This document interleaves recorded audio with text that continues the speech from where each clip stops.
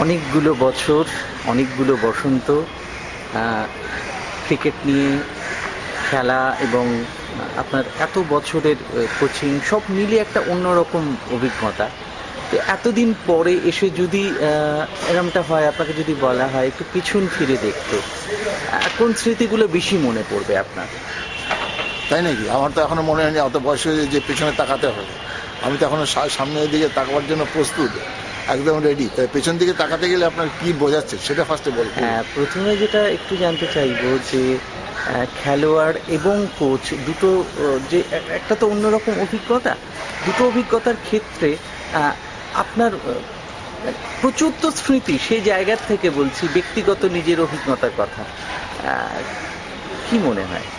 সত্যি কথা সেরকমভাবে কিন্তু আমি পেছন থেকে কোনো তাকাইনি। মানে তাকাতে যখন বলছেন একটা ট্রাই করে দেখি, আমার মনে হয় না আই সাকসিড, কারণ পেছন দিকে তাকাবার আমার খুব ইচ্ছে নেই। হ্যাঁ, খেলছি। তখনকার দিনে তো এরকম কোচিং ক্যাম্প এত সব ছিল না, আমরা সব পাড়ায় রাস্তায় খেলতাম। আর রাস্তায় খেলে এক একদিন গ্যারিজ তো মানে আমাদের বড় হয়েছি দেখুন ডনাল্ড ব্র্যাডম্যানকে মাথায় রেখে আর গ্যারি সোবার্সকে সামনে রেখে। একদিন ডন ব্র্যাডম্যান হওয়ার চেষ্টা করতাম, একদিন গ্যারি সোবার্স হওয়ার চেষ্টা করতাম। এরকম করে খেলতে খেলতে খেলতে খেলতে তারপর পাড়ার দাদা বললো চল আমার সাথে চল, হোয়াইট বর্ডারে ট্রায়াল দিবি। হোয়াইট বর্ডারে 2 বছর খেললাম, তারপর কালীঘাট খেললাম। হ্যাঁ, তারপর মাঝখানে আমি 9, 10, 11 দিল্লিতে পড়েছিলাম, তখন আর বেশি খেলাধুলা হয়নি, কিন্তু কলেজটা এখানেই করেছি।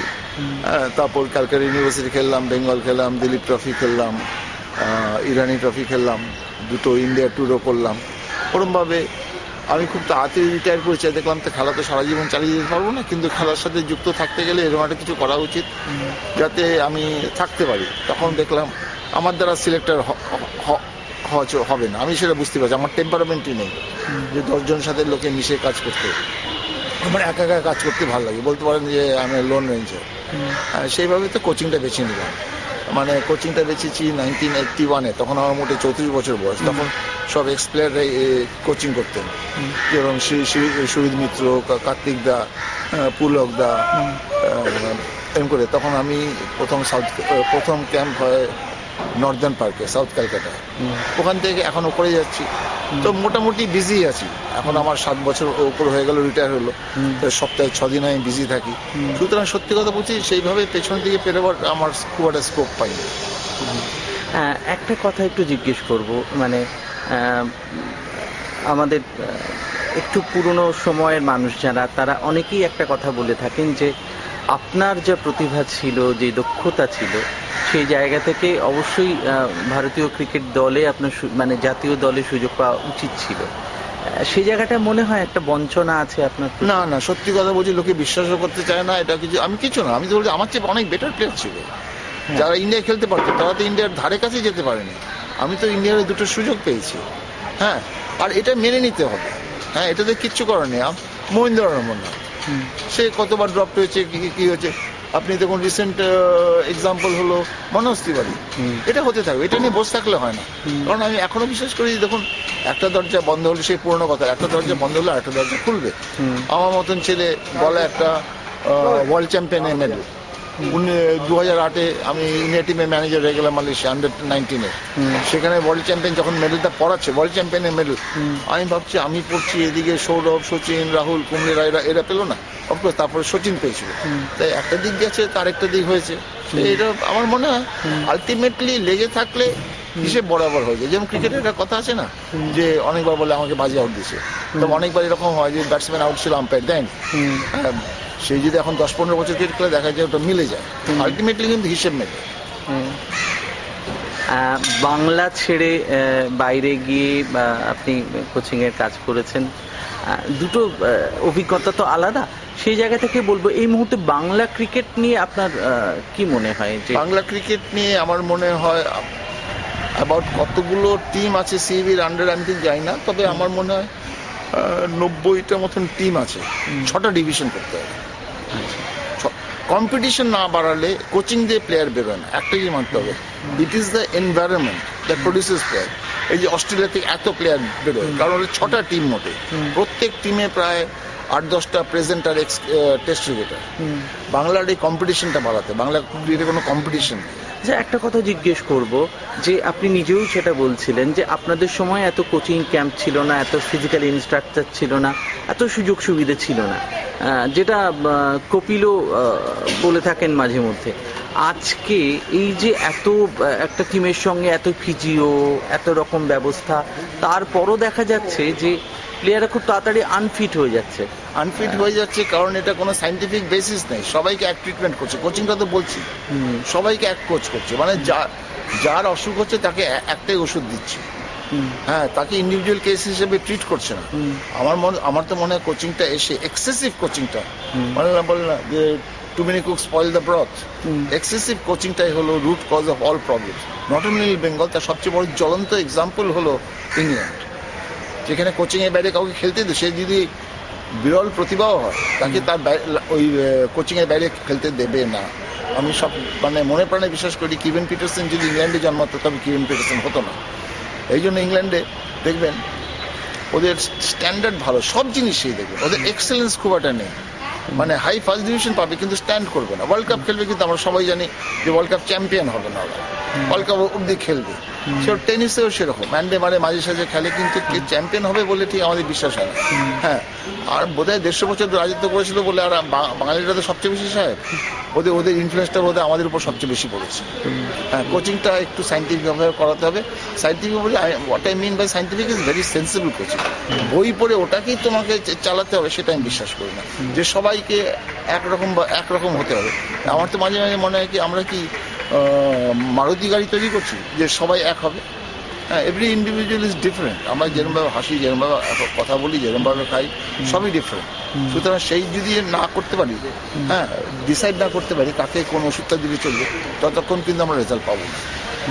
আচ্ছা, এই প্রসঙ্গে আপনাকে জিজ্ঞেস করি যে ধরুন আজকাল মানে যেটা অনেকেই বলছেন, যেটা একটা সমস্যার দিক হয়তো, যে টেকনিক্যালি আমাদের খেলোয়াড়দের একটা কোনো সমস্যা হয়তো হচ্ছে, যে বাইরে গিয়ে টেস্টের ক্ষেত্রে বা ওয়ানডের ক্ষেত্রে, বা এই যে একটা সমস্যাগুলো হয়, যে বিশেষ করে টেস্ট, তারপরে ওয়ানডেতে তো ধরুন কিছু ফিল্ডিং রেস্ট্রিকশন থাকে, কিছু সুযোগ সুবিধা থাকে, সেটা আলাদা ব্যাপার। কিন্তু ওভারঅল আমরা যখন উপমহাদেশের বাইরে যাচ্ছি, বিশেষ করে ফার্স্ট উইকেটে আমাদের যে চিরকালীন একটা সমস্যা, এটা আপনার কিভাবে এটা করতে হবে? এখন দেখুন, যে কোনো জায়গায় যে কোনো উইকেট তৈরি করতে পারে। তার সবচেয়ে বড় এক্সাম্পল হল শারজা, মরুভূমির মাঝখানে একটা স্টেডিয়াম তৈরি করেছে পাকিস্তান থেকে মাটি এনে, আর বোর্ডের প্রচুর টাকা খরচ করে শেষ করা যাবে না। সেখানে বাইরের থেকে মাটি এনে রঞ্জি ট্রফি লেভেল থেকে, গ্রাসরুটস লেভেল থেকে, আন্ডার-16, আন্ডার-19 ওই লেভেল থেকে খেলাতে হবে। হঠাৎ আপনি এক্সপেক্ট করতে পারেন না যে এখান থেকে স্লো অ্যান্ড লো উইকেটে ওখানে বল লাফাচ্ছে, নাকের পাশ দিয়ে যাচ্ছে, গলার পাশ দিয়ে যাচ্ছে, বুকের পাশ দিয়ে যাচ্ছে, সে পারবে তার পক্ষে পারা সম্ভব না। হয়তো দু একজন ভালো ব্যাটসম্যান আমরা পেয়েছি, সুনীল গাভাস্কর, বিশ্বনাথ, এখনো বিরাট কোহলি, দু একজন আছে, কিন্তু বেশিরভাগ প্লেয়ারই মুশকিলে পড়বে যদি ওই কন্ডিশনে না বড় হয়। আচ্ছা, শিখর ধাওয়ান ক্রমাগত ব্যর্থ হয়ে যাচ্ছে, সেটা কি টেকনিকের অভাব? টেকনিকে না, শর্ট সিলেকশন। সবচেয়ে বড় জিনিস হলো জাজমেন্ট হলো মানুষের কাছে বুদ্ধিটা খাটাতে। জাজমেন্ট সব ক্ষেত্রে লাগে। আপনি রাস্তা ক্রস করছেন, কখন ক্রস করবেন? আপনি রেস্টুরেন্টে গেলেন, আপনার সামনে মেনু দিল, কি খাবো? আপনি বিয়ে বাড়ি যাবেন, কি ড্রেস পরবেন? মানে একদম রং শর্ট সিলেকশন, জাজমেন্টের অভাব থাকে। এখন তো প্রচুর প্রযুক্তি এগিয়ে আছে, যে যত প্রযুক্তি এগোচ্ছে তত লোকের বুদ্ধি কমছে। এটা জিনিস প্রযুক্তি কিন্তু মানুষকে পিছিয়ে দিচ্ছে। হ্যাঁ, আমরা আজকাল যেটা আমাদের সবচেয়ে বড় স্ট্রেংথ, যে আমাদের মাথাটা, মগজটা, সেটাই খাটাচ্ছি না। আমরা এখন টেকনোলজির উপর এতখানি ডিপেন্ডেন্ট, এতখানি যে আমরা এখন টেকনোলজি ছাড়া বাঁচতেই পারি না। আগে আমাদের কত মেমোরি শার্প ছিল, এখন মোবাইল এসে মানে আমাদের মেমোরি দরকারই নেই, টিপছি, করছি। এই জন্য হ্যাঁ, you have to use our brains. আমাদের সবচেয়ে বড় অ্যাসেট, এটা ভগবান আমাদের দিয়েছে। আর কোনো প্রাণীকে ব্রেন দেয়, টেকনোলজি এসে ব্রেনটাকে একদম মরচে ফেলে দিয়ে রাষ্ট্রীয় করে দিয়েছে ফর ল্যাক অফ ইউজ।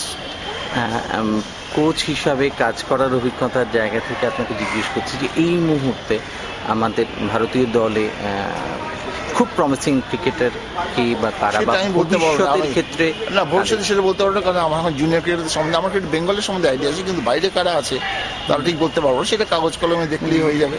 তারা বলতে বেঙ্গলে কাদের সেভাবে আপনার মনে? বেঙ্গলের মধ্যে একটা সুদীপ চ্যাটার্জি উঠেছে, ঈশ্বরেন উঠেছে, তার পর কে উঠবে বলা কঠিন, কারণ আমি তো এখনো মনোজ বা লক্ষ্মী বা সৌরাশিস, হ্যাঁ, এদের কারোর রিপ্লেসমেন্ট খুঁজে পাচ্ছি না। এই যে ডন বাদ গেল, অরিন্দম দাস, আপনার কি মনে হয় যে ওর আর ফিরে আসার সেভাবে সম্ভাবনা নেই? দেখো, যদি ড্রপ করেছে আর স্কোপ দিও না। ও যদি ফিরে তো সে তবে মোস্ট নেগেটিভ সিগন্যাল, যে আমাদের তখন তুমি মানে অফিসিয়ালি স্বীকার করে নিলে যে আমাদের আর কোনো নিউ কামার নেই। নিচেও যখন একবার বাচ্চা ছেলেকে চান্স দাও, গ্রুম হিম করে দেখো, তা ওকে নিয়ে পারসিস্ট করতে হবে। গুণী সম্পর্কে কি মনে হয়? চান্স না দিলে কিছু বলে এন্ড রেজাল্ট আমরা বড্ড তাড়াতাড়ি দেখতে চাই, দ্যাটস দ্য মেইন প্রবলেম। আর লোকের চিচার, আরে সুইমিং পুলে ডিপ এন্ডে ফেলো, গিয়ে দেখো না কি করে। অনেক সময় মনের জোরে একটা লোক সার্ভাইভ করতে পারে, গিভ হিম এ চান্স, দেখতে হবে, সময় দিতে হবে। আমরা যদি ইমিডিয়েট রেজাল্ট চাই তবে হবে। তাহলে এই মুহূর্তে তাহলে সম্ভাবনাময় ক্রিকেটার আপনার চোখে তাহলে কি? আমি তো বলছি না, দেখুন একটা কথা বলছি, ক্লাব ক্রিকেট একটা, এখানে রঞ্জি ট্রফিতে অনেক সে রঞ্জিতে যারা খেলছে এই মুহূর্তে, রঞ্জিতে যারা খেলছে সম্ভাবনার কথা, দুটো ছেলে তো ঢুকেছে মতো নতুন, সুদীপ আর ঈশ্বর। ওদের দেখি ওরা 2-1 বছর খেলে, এই বছর সুদীপ তো ভালোই খেললো। হ্যাঁ, তবে কিন্তু আলটিমেটলি ও মানে ক্যাপ্টেন মেটেরিয়াল কে, মানে ব্যাটিং এর ক্যাপ্টেন হতে পারবেন সেটা দেখা। কারণ প্রত্যেকের বোলিং একজন captain, Kapil Dev bowling captain. এটা একটু বলবেন, ব্যাটিং এর ক্যাপ্টেন মেটেরিয়াল মানে সেই ব্যাটিং তার উপর ডিপেন্ড করছে, তাকে টানতে হবে। একটা আলাদা ক্যাপ্টেন থাকতে পারে, বিরাট কোহলি আমাদের ব্যাটিং ক্যাপ্টেন, ওর না খেললে আমাদের চান্স খুব কম। হ্যাঁ, সেটা আমাদের বোলিং এ কোনো ক্যাপ্টেন নেই ইন্ডিয়া। হ্যাঁ, সেটা যদি এখন নিতে পারে কয়েক বছর পর, তবে বুঝবো ঠিক আছে। দিনদার আর সেভাবে সম্ভাবনা নেই মনে হয়? বলা যায় না এখন, যদি ঠিক মতো সিলেকশন হয় কেন পাবে না, কারণ আমাদের জোরে বোলার তো কেউ ভালো বোলিং করছে না, কেউই নেই তো সেটা। হ্যাঁ।